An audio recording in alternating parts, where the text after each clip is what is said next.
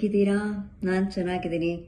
ನನಗೆ ತುಂಬ ಖುಷಿ ಆಗ್ತದೆ ಇವತ್ತು, ಯಾಕಂತಂದರೆ ನಮ್ಮ ಚಾನಲ್ 50 ಜನ ಸಬ್ಸ್ಕ್ರೈಬರ್ಸ್ನ ರೀಚ್ ಮಾಡಿದೆ.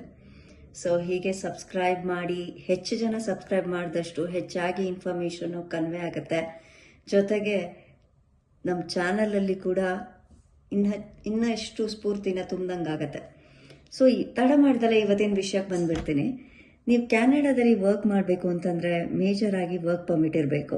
ಸೊ ವರ್ಕ್ ಪರ್ಮಿಟ್ ಜೊತೆಗೆ ನೀವು ಯಾವ ಪ್ರೊಫೆಷನಲ್ ಇದ್ದು ಆ ಪ್ರೊಫೆಷನಲ್ಲಿ ವರ್ಕ್ ಪರ್ಮಿಟ್ ಇದ್ರೆ ಸಾಲದು, ಅದಕ್ಕೆ ಜೊತೆಗೆ ಲೈಸೆನ್ಸ್ ಬೇಕು. ಸೊ ಯಾವ ಪ್ರೊಫೆಷನ್ಸು ಅಂತ ನಿಮ್ಗೆ ಹೇಳ್ತಾ ಹೋಗ್ತೀನಿ. ಸೊ ಫಸ್ಟ್ ಒನ್ ಬಂದು ಟೀಚಿಂಗ್ ಪ್ರೊಫೆಷನ್. ಸೊ ನೀವು ಟೀಚರ್ ಆಗಿ ವರ್ಕ್ ಮಾಡಬೇಕು ಅಂತಂದರೆ ಪ್ರೈಮರಿ ಸ್ಕೂಲಲ್ಲಾಗಲಿ, ಸೆಕೆಂಡ್ರಿ ಆಗಲಿ, ಎಲಿಮೆಂಟ್ರಿ ಲೆವೆಲಲ್ಲೇ ಆಗಲಿ, ಕಿಂಡರ್ ಗಾರ್ಡನ್ನೇ ಆಗಲಿ, ಯಾವುದೇ ಥರದ ನೀವು ಟೀಚಿಂಗ್ ಪ್ರೊಫೆಷನನ್ನು ಮಾಡಬೇಕು ಅಂದರೆ ಹೈಸ್ಕೂಲು ಅಥವಾ ಕಾಲೇಜ್ ಯಾವುದೇ ಎಕ್ಸ್ಟೆಂಟಲ್ಲಿ ನೀವು ಟೀಚಿಂಗನ್ನು ಮಾಡಬೇಕು ಅಂತಂದರೆ ಲೈಸೆನ್ಸ್ನ ತೊಗೋಬೇಕಾಗತ್ತಿಲ್ಲಿ. ಸೊ ನೀವೇನೇ ಮಾಸ್ಟರ್ ಡಿಗ್ರಿ ಅಥವಾ ಏನೇ ಅಡಿಷ್ನಲ್ ಕೋರ್ಸ್ ಮಾಡ್ಕೊಂಡು ಬಂದಿದ್ರೂ ಕೂಡ ಇಂಟರ್ನ್ಯಾಷನಲ್ ಸ್ಟೂಡೆಂಟ್ ಆಗಿ ನಿಮಗೆ ಲೈಸೆನ್ಸ್ ಬೇಕಾಗತ್ತೆ. ಸೊ ಒಂಟಾರಿಯೋ ರೂಲ್ಸ್ ಪ್ರಕಾರ ಟೀಚಿಂಗ್ ಲೈಸೆನ್ಸ್ನ ತಗೊಂಡ್ರೆ ಮಾತ್ರ, ನೀವು ಸರ್ಟಿಫೈಡ್ ಆಗಿದ್ರೆ ಮಾತ್ರ ನೀವು ಟೀಚಿಂಗ್ ಪ್ರೊಫೆಷನನ್ನು ಕಂಟಿನ್ಯೂ ಮಾಡಬಹುದು.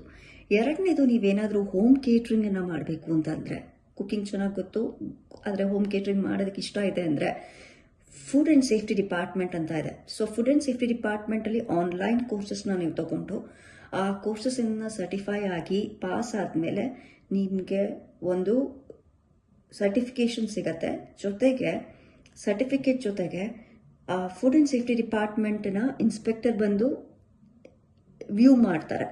ಎಲ್ಲಿ ಕುಕ್ ಮಾಡ್ತೀರಾ, ಯಾವ ರೀತಿ ಹೈಜೀನನ್ನು ಕಾಪಾಡ್ತೀರಾ ಅನ್ನೋದ್ರ ಎಲ್ಲ ಅವ್ರ ಪ್ಯಾರಾಮೀಟರ್ಸ್ ಏನೇನಿದೆಯೋ ಅದ್ರ ಬಗ್ಗೆ ಎಲ್ಲ ಇನ್ವೆಸ್ಟಿಗೇಟ್ ಮಾಡಿ ಇಂಥವ್ರಿಗೆ ಕೊಡಬಹುದು, ಕೊಡಬಾರ್ದು ಅನ್ನೋದ್ರ ಬಗ್ಗೆ ಡಿಸಿಷನ್ಸು ಅವ್ರು ತಗೋತಾರೆ. ಸೊ ಅದು ಲೈಸೆನ್ಸು ಕೂಡ ಇಂಪಾರ್ಟೆಂಟು. ಸೊ ನೀವು ಏನಾದರೂ ಕೇಟ್ರಿಂಗ್ ಮಾಡಬೇಕು ಅಂದರೂ ಕೂಡ ಕೋರ್ಸ್ನ ಮಾಡ್ಕೋಬೇಕು, ಲೈಸೆನ್ಸ್ನ ತಗೋಬೇಕು.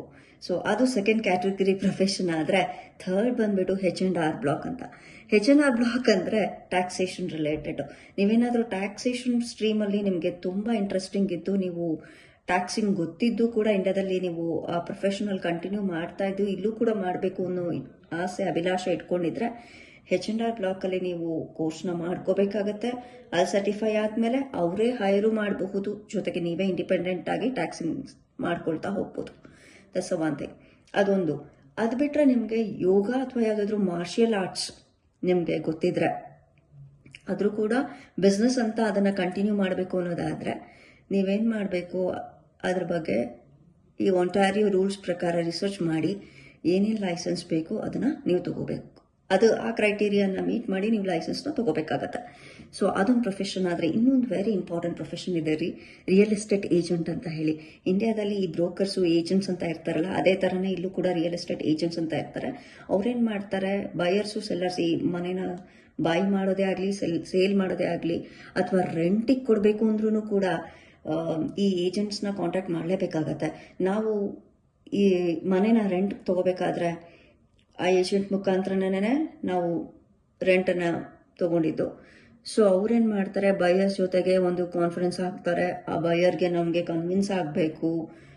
ಆಮೇಲೆ ಕೂಡ ಅವರು ಇಬ್ಬರ ನಡುವೆ ಮಾತಾಡಿಸಿ ಆಮೇಲೆ ಅದು ಅಗ್ರಿಮೆಂಟ್ ಅಥವಾ ಕಾಂಟ್ರಾಕ್ಟನ್ನು ಮಾಡ್ತಾ ಹೋಗ್ತಾರೆ. ಅದು ತುಂಬ ಲಾಫುಲ್ ಪ್ರೊಫೆಷನ್ನೇ ಅದು. ಸೊ ನೀವೇನಾದರೂ ರಿಯಲ್ ಎಸ್ಟೇಟ್ ಏಜೆಂಟ್ ಆಗಬೇಕು ಆಸೆ ಇಟ್ಕೊಂಡಿದ್ರೆ, ಆ ಥರ ಅಂದ್ಕೊಂಡಿದ್ರೆ, ರಿಯಾಲ್ಟರ್ಸ್ ಅಂತ ಕರೀತಾರೆ, ರಿಯಾಲ್ಟರ್ಸ್ ಆಗಬೇಕು ಅನ್ನೋದಿದ್ರೆ ನೀವೇನು ಮಾಡಬೇಕು, ಆ ಒಂದು ಕೋರ್ಸ್ ಇದೆ ರಿಯಾಲ್ಟರ್ಗೆ ಸಂಬಂಧಪಟ್ಟಿರೋಂಥ ಕೋರ್ಸು. ಆ ಕೋರ್ಸ್ನ ತೊಗೊಂಡು ಅಲ್ಲಿ ಸರ್ಟಿಫೈ ಆಗಿ ಲೈಸೆನ್ಸ್ನ ತೊಗೊಂಡ್ಮೇಲೆ ಕೂಡ ನೀವು ಎಲಿಜಿಬಿಲಿಟಿ ಇರುತ್ತೆ ನಿಮಗೆ. ಸೊ ಅಲ್ಲಿ ತನಕ ನೀವು ಆ ಪ್ರೊಫೆಷನ್ನ ಮಾಡೋಕ್ಕಾಗಲ್ಲ.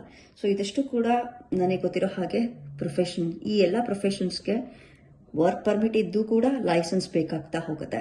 ಸೊ ಇನ್ನಷ್ಟು ಮಾಹಿತಿಗಳನ್ನ ಮುಂದಿನ ವಿಡಿಯೋಗಳಲ್ಲಿ ನಾನು ನಿಮಗೆ ಒಂದೊಂದೇ ಹೇಳ್ತೀನಿ. ದಯವಿಟ್ಟು ನಮ್ಮ ಚಾನಲ್ನ ಸಬ್ಸ್ಕ್ರೈಬ್ ಮಾಡಿ, ವ್ಯೂ ಮಾಡಿ. ಮತ್ತು ಇನ್ನೊಂದು ವಿಷಯ ಹೇಳಕ್ಕೆ ಇಷ್ಟಪಡ್ತೀನಿ, ಯಾವುದೇ ಕೆಲಸ ಆಗಲ್ಲ ಅಂತ ಇಲ್ಲ ರೀ. ಮನ್ಸು ಮಾಡಿದ್ರೆ ಸಾಕು, ಎಲ್ಲ ಕೆಲಸನೂ ಆಗುತ್ತೆ. ನನಗಿದಾಗಲ್ಲ, ನನಗಿದು ಹೊಂದಾಣಿಕೆ ಆಗಲ್ಲ ಅಥವಾ ನನಗೆ ಪ್ರೊಫೆಷನ್ ಸೂಟ್ ಆಗಲ್ಲ ಅನ್ನೋದೇನಿಲ್ಲ. ನಿಮಗೆ ಕೆಪಾಬಿಲಿಟಿ ಇದ್ದು ನಿಮಗೆ ಮಾಡ್ತೀರಾ ಅಂದರೆ ಮನಸ್ಸಿದ್ರೆ ಮಾರ್ಗ ಅಂತಾರೆ. ಸೊ ನೀವು ಯಾವುದೇ ಕೆಲಸ ಮಾಡಬೇಕಾದ್ರೂ ಕೂಡ ಮನಸ್ಸಿಂದ ಮಾಡಬೇಕು. ಜೊತೆಗೆ ನನ್ನ ಕೈಲಾಗತ್ತೆ ಅನ್ನೋ ಒಂದು ಕಾನ್ಫಿಡೆನ್ಸ್ನ ಬೆಳೆಸ್ಕೊಂಡು ನೀವು ಕೆಲಸನ ಮಾಡಬಹುದು. ಸೊ ಈ ಎಲ್ಲ ಪ್ರೊಫೆಷನನ್ನು ನೀವು ಇಲ್ಲೂ ಕೂಡ ರೂಢಿಸ್ಕೋಬೇಕು, ಕಂಟಿನ್ಯೂ ಮಾಡಬೇಕು ಅಂದರೆ ನಾನು ಕೆಲವು ಇನ್ಫಾರ್ಮೇಷನ್ನ ನಿಮಗೆ ಶೇರ್ ಮಾಡ್ಕೊಂಡಿದ್ದೀನಿ. ನನಗನ್ಸುತ್ತೆ ಸುಮಾರು ಜನಕ್ಕೆ ಹೆಲ್ಪ್ ಆಗುತ್ತೆ ಈ ಇನ್ಫಾರ್ಮೇಷನು ಅಂತ. ನೀವು ಇದನ್ನು ಮೆಸೇಜ್ನ ಪಾಸ್ ಮಾಡಿ, ಜೊತೆಗೆ ನಿಮ್ಮ ಫ್ರೆಂಡ್ಸ್, ಫ್ಯಾಮಿಲಿ, ರಿಲೇಟಿವ್ಸಿಗೆ ಈ ಎಲ್ಲ ವಿಡಿಯೋಗಳನ್ನ ಶೇರ್ ಮಾಡಿ. ಅವರಿಗೂ ಇನ್ಫ್ಲುಯೆನ್ಸ್ ಆಗತ್ತೆ.